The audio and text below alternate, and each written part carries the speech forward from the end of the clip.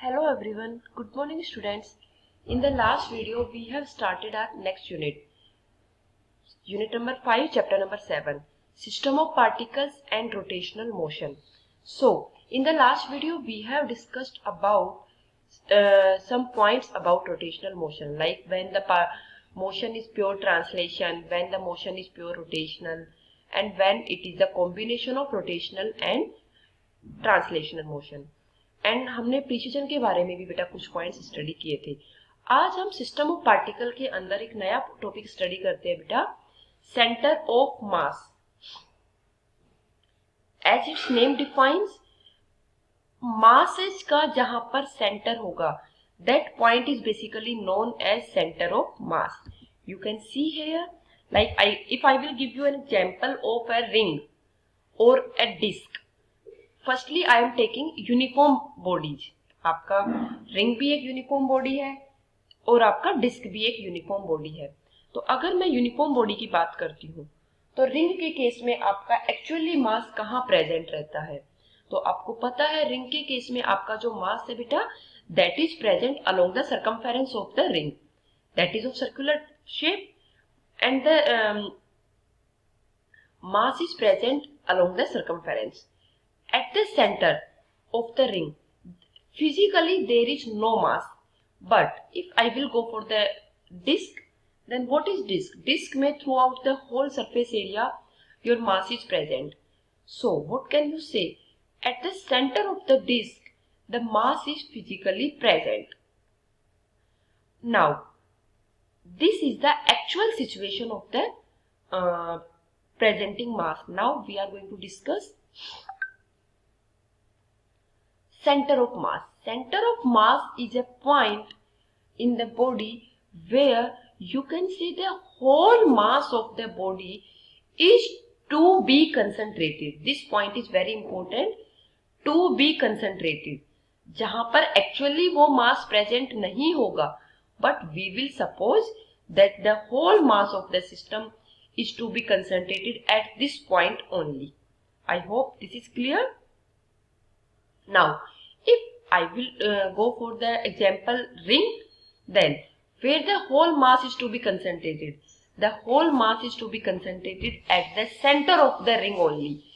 Center of the ring के ऊपर क्या होगा बेटा आपका, एक्चुअली वहां पर कोई भी मास नहीं है, लेकिन वो एक ऐसा पॉइंट है जो कि सारे मास से इक्वल डिस्टेंस के ऊपर है, तो उसको हम क्या बोलेंगे, सेंटर ऑफ मास बोलेंगे. नेक्स्ट आपका आएगा क्या, डिस्क के केस में. तो डिस्क के केस में भी आपका सेंटर ऑफ द डिस्क होगा, लेकिन दोनों में डिफरेंस क्या है. डिस्क के केस में आपका जो सेंटर होगा वो एक्चुअली वहां पर मास प्रेजेंट होगा, लेकिन रिंग के केस में वहां पर कोई भी मास प्रेजेंट नहीं होता है. देन मैंने आपको क्या बताया बेटा कि एक्चुअली वहां पर मास प्रेजेंट हो या ना हो, इट मे बी और it may not be, but centre of मास आपका वहां पर कंसेंट्रेटेड माना जाएगा जो आपका उस रिजिड बॉडी के अंदर आपका उस पूरी बॉडी का सेंटर जहां पर होगा, that is basically centre of मास. अब मैथमेटिकली हम इस चीज को देखते हैं बेटा आगे. यहां पर हम पहले टू पार्टिकल सिस्टम की बात करते हैं. अगर हम सिंगल पार्टिकल की बात करते हैं तो सिंगल पार्टिकल तो वही होगा जहां पर उसका सेंटर होगा, वही एग्जिस्ट होगा. तो सिंगल पार्टिकल के केस में सेंटर ऑफ मास का कोई सिग्निफिकेंस नहीं है. तो सबसे पहले हम बात करते हैं बेटा जहां पर दो पार्टिकल बेसिकली एग्जिस्ट करेंगे. तो हमने ले लिया कि एक्स एक्सिस के अलोंग हमारे दो अलग अलग पोजीशंस के ऊपर x1 और x2 के ऊपर हमारे m1 and m2 are the two masses which are present. So you can see here, this is point m1 situated at x1 distance from the origin. This is point m2 situated at x2 distance from the origin. Now, what will be the center of mass? Center of mass will locate in between the two points. ये आपकी linear line के along जा रहे हैं, तो definitely उस line के ऊपर इंटरमीडिएट में कहीं एक ऐसा पॉइंट होगा जहां पर आपका सेंटर ऑफ मास कंसिडर किया जाएगा. तो आप देखेंगे कि this C is here the center of mass and the distance of this C from the center is basically xcm. X is the distance, cm is the center of mass. So center of mass of the system is that point C which is at a distance xcm from O. xcm कैसे define करोगे बेटा? Centre of मास का formula क्या होगा? ऊपर लिखोगे आप mass into distance का सम, नीचे लिखोगे टोटल मासेज का सम। तो यहाँ पर दो ही मास है, तो उन मासेज को उनकी particular distance from the origin से आप मल्टीप्लाई करें, उसके बाद ऐड करें। तो m1x1 plus m2x2 upon m1 plus m2, this is the centre of mass. xcm को हम मास के रेस्पेक्ट में वेटेड मास भी बोल देते हैं कि xi और x1 और x2 का xcm क्या है? वेटेड मास है। इसी टर्म को हम वेटेड मास की टर्म में भी बोलते हैं।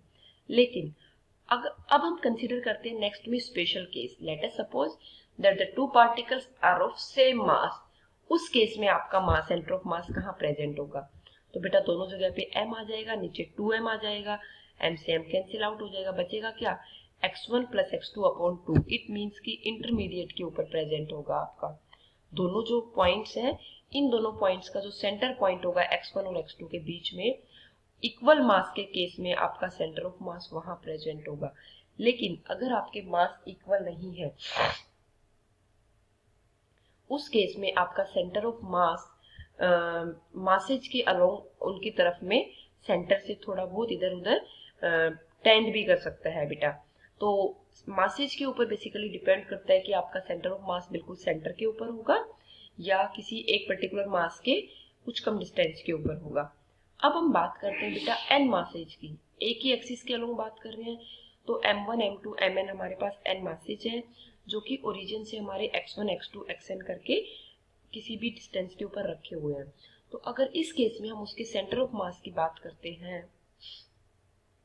तो xcm centre of mass can be defined as, वही मैंने जो आपको बताया था बेटा, पर्टिकुलर उनकी डिस्टेंसेज को मास से मल्टीप्लाई करो और उनको ऐड कर दो।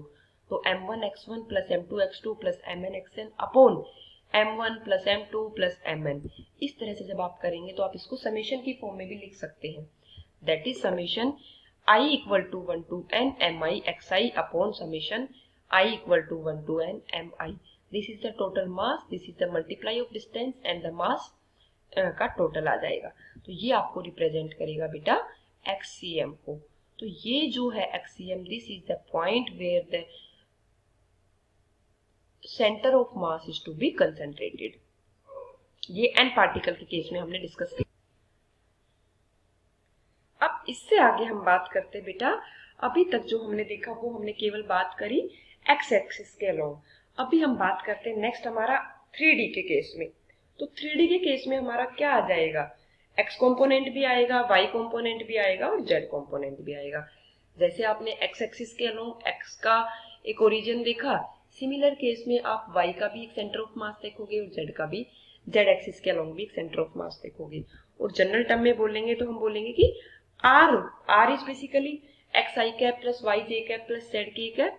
तो हम r का भी एक सेंटर ऑफ मास देख सकते हैं। तो यहाँ पर आप देखेंगे कि हमने 3D के अंदर बेसिकली आप मासेस प्रेजेंट कर रहे हो, तो x y और z ये होगा। तो इसके इन बिटवीन में जहां पर भी होगा वहां पर आप टोटल बॉडी का मास कंसंट्रेटेड मान सकते हो। तो वहां से आपका डिस्टेंस, ये पोजीशन क्या आ जाएगा बेटा? सॉरी, यहाँ पर 3 पार्टिकल है। पहले 3D के केस में हम अभी देखते हैं। पहले यहाँ पर 3 पार्टिकल है, अभी तक हमने 2 पार्टिकल के केस में देखा था बेटा। सॉरी, यहाँ पर हम पहले 3 पार्टिकल की बात कर रहे हैं। तो यहाँ पर एक्सिस तो हमारे x और y ही है, लेकिन यहाँ पर हमने m1, m2 और m3 3 अलग अलग पार्टिकल की बात करी है। अभी पिछली स्लाइड पे हमने 2 पार्टिकल की बात करी थी x एक्सिस से अलोंग। यहाँ पर हम 2 डायमेंशन में और 3 पार्टिकल की बात कर रहे हैं। 3 डायमेंशन के पार्टिकल की बात हम नेक्स्ट स्लाइड पे करेंगे। तो यहाँ पर हम क्या देख रहे हैं बेटा कि x1, x2 और x3 इन तीनों मासेज का x कोऑर्डिनेट है, y1, y2 और y3 इन तीनों मासेज का y कोऑर्डिनेट है। अब हम देखते हैं कि इनके बीच में कहीं पे भी इस बॉडी के अंदर हमारा सेंटर ऑफ मास लाई करेगा, जिसका हमने कोऑर्डिनेट ले लिया है बेटा xcm और ycm। अब अगर हम xcm को रिप्रेजेंट करेंगे तो जैसे आपने 2 पार्टिकल के केस में x निकाला था centre of mass, similar way में आप 3 पार्टिकल के केस में भी x निकालेंगे। तो मैंने आपको जनरल केस में अभी n के केस में क्या बताया था बेटा कि mi xi upon summation mi। तो सिमिलरली आप 3 लेंगे तो आप m1 m2 m3 का कर सकते हैं। इन द सेम वे अगर आप y के लिए भी लेंगे तो mi yi अपॉन mi आ जाएगा। तो आप क्या बोलोगे m1 y1 plus m2 y2 plus m3 y3 upon m1 plus m2 plus m3। These are your XCM and YCM in case of 2 dimension and 3 particle system।